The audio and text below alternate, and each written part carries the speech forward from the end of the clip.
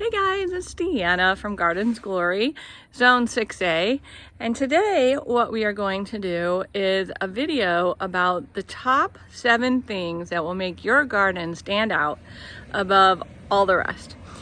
And I have a fun little surprise that's going to be kind of right in the middle of the video, and what that is my friend Maya from SimplyBloom is giving one of her tips that she thinks makes her garden stand out. And then we're gonna flip-flop, and she is actually doing one over at her channel, so check that out, SimplyBloom. So anyway, so I actually have a paper with me today because I want to make sure I really don't forget anything. But what we're just gonna do is talk about, mine will be 6, hers will make 7 things that just really make your garden stand out among others. So let's go ahead and get started. Okay, so tip number 1 is making sure that you always have leaf colors in the garden that will pop against each other, so that when things are lulling and your flowers aren't really flowering as much as you would like them, you still have beautiful color. So as you can see right here, you can see I have green, I have a lot of lime, I have a lot of burgundy or red, and I have a lot of blue. So those are the 4 leaf colors you want to focus on. So basically blue or like a silvery white, like I said, red or a burgundy, lime or a yellow, and then just a really nice green. So I want to show you a couple places where I feel like that's really working. So right here, you can see that there's not even any flowering other than that one begonia in there.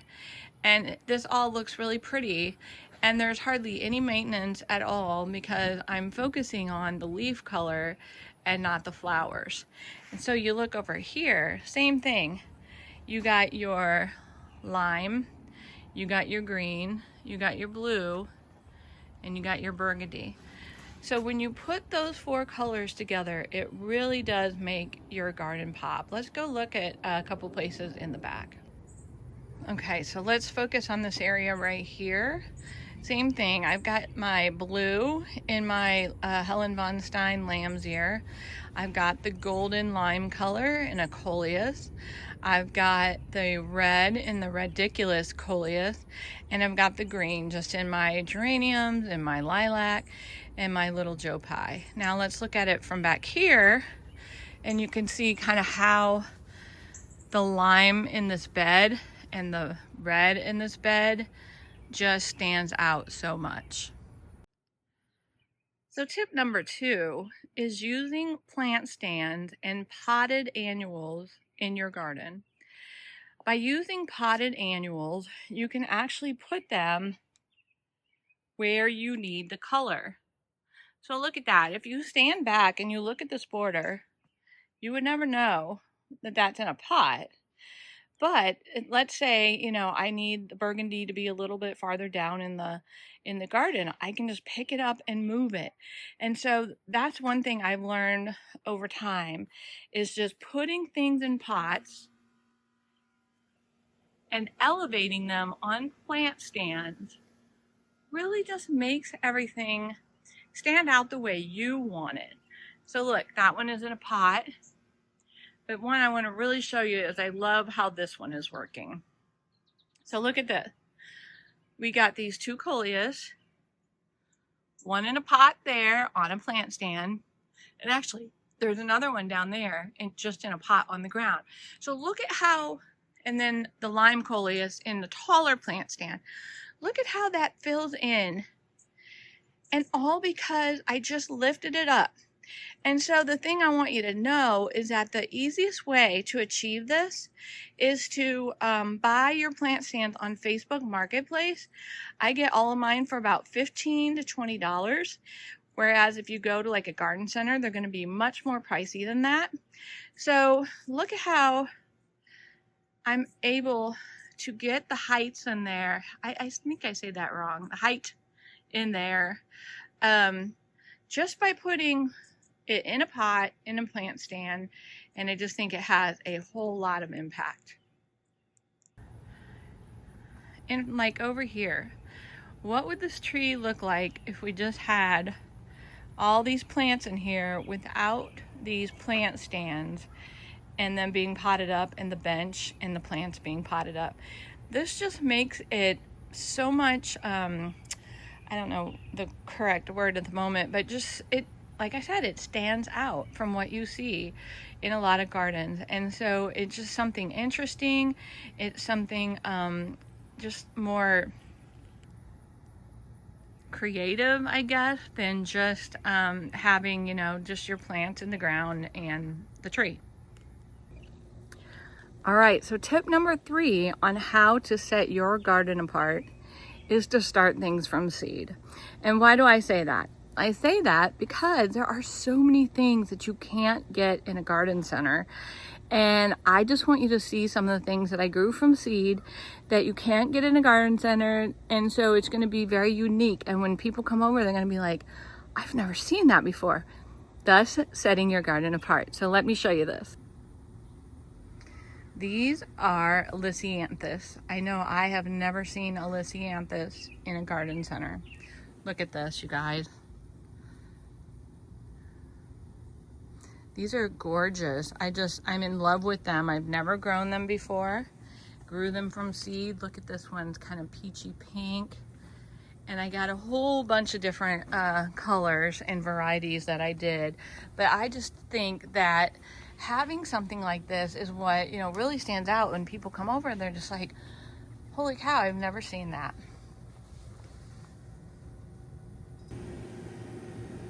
So this fountain we are using as a planter, and these petunias I grew from seed.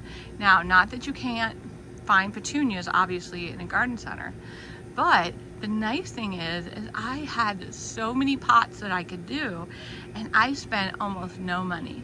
And I also even grew the Dichondra Silver Falls, and I overwintered that spike right there in the basement. So you can't beat having plants that no one else has and having the ability to just fill tons of containers and make things look, and spend your money somewhere else if you want to. Here's another example of a plant that you're not going to find at a garden center. This is a snapdragon vine or an acerina, and I grew this from seed, and I just think it's the most delicate, pretty vine. Now I am having a little trouble with it because I think my hole in the pot is plugged, but look at how gorgeous that flower is. Here's another. These are the petunias that I grew from seed. Kept that spike over the winter, and I did buy these sweet potato vines. But look at that. I mean, that's a humongous full pot that I wouldn't have been, you know, I can't afford to do every single pot in proven winners like I would love to do. So this allows me to spend my money on the plants that I really want and need. No, I guess I don't need, want, and still be able to just have a really lush yard. Okay, so in this planter, same thing. There's a kind of a mix. So I have a creeping Jenny that I just pulled out of my yard. I have a vinca vine that I just pulled out of my yard. I have these coleus that I grew from seed with my own seed. I have these raspberry cream gomphrena, also grew with my own seed. This is the only plant I paid for, which is a Rockin' Blue Suede shoes salvia. And then I love these, the Mahogany Splendor hibiscus, also from seed. So basically, again, did a whole pot, pretty much all with things that were free, mostly free. And I think this is going to be really pretty. I actually just did this pot not long ago, so it's going to be really fun to watch it fill in. Okay, so tip number 4 is brought to you by my friend Maya at SimplyBloom. And Maya thinks that what sets her garden apart is this beautiful rock garden. And I agree with Maya. I think This is not something that you see in every garden. And she was also featured on Dig Plant Water Repeat. And this was one of the things that they focused on, was her rock garden. All right, so my number 5 tip is adding evergreens. So basically, I'm very late to the game on this. I got that from watching other channels. I'm like, wow, my winter interest is just terrible. So basically, I've already talked about this before, so I'm not going to go over it real long, but this is going to have 2 blue junipers on either side. So that's going to give me some winter interest that I didn't have before when we get this new garden put in place with this new arbor. But I do want to show you where I have started to add some evergreens, and I'm really pleased with them.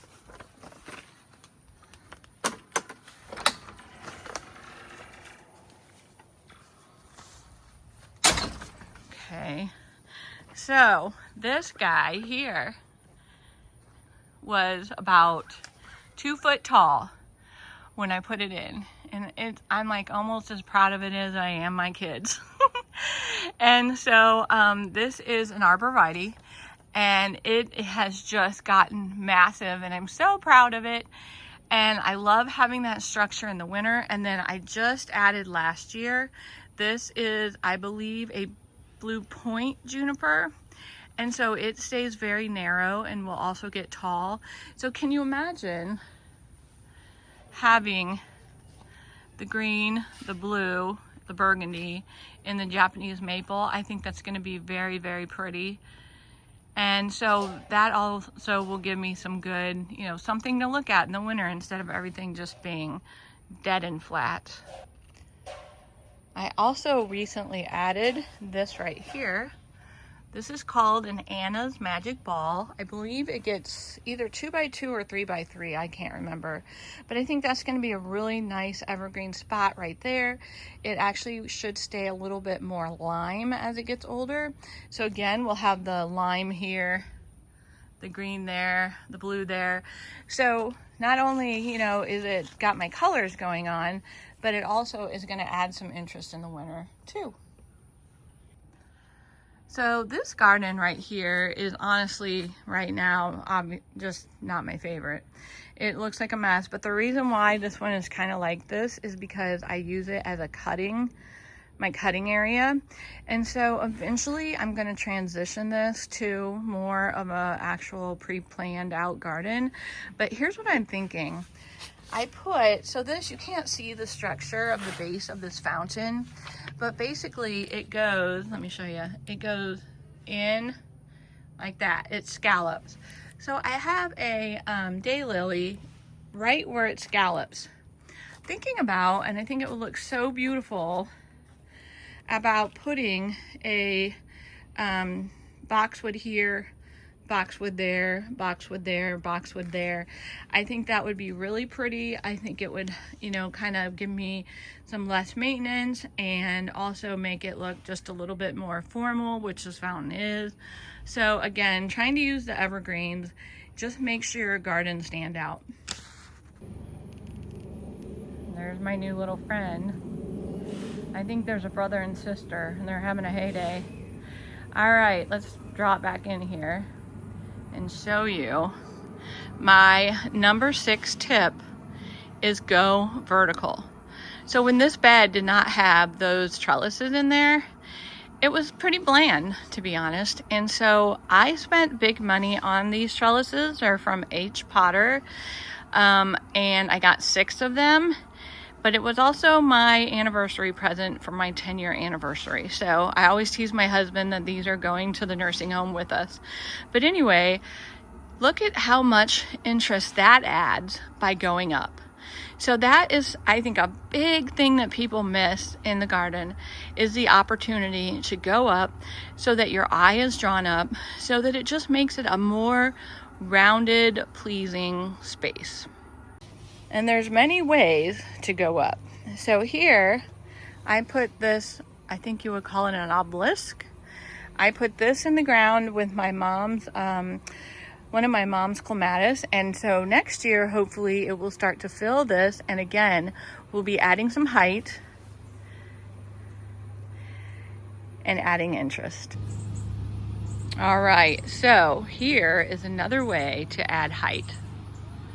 My husband made this beautiful tutor, and you can buy these also, but just look at that. I've got a clematis on this side, a clematis on that side, and when this was blooming, here I'll put a picture in right now of what it would look like when it was up there and blooming.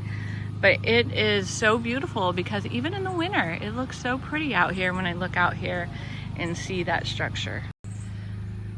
And of course, arbors are great ways to add height. And so I'm going to talk about that a little bit more in the next tip, but I wanted you to see how the clematis growing up the side is adding interest to this pergola, and that also draws your eye up and just makes everything a little bit more interesting. And finally, tip number 7 is make your entryways special. So I think that once this gets in place and we put some plant material around it and you have stuff grow, climbing across the top and blooming, this is going to make this area so much more magical than it was before. And then I know that trellis down there is wonky. We need to get it stabilized. We just can't do it right now with the clematis on it. But even, let's just go through it real quick. Sorry.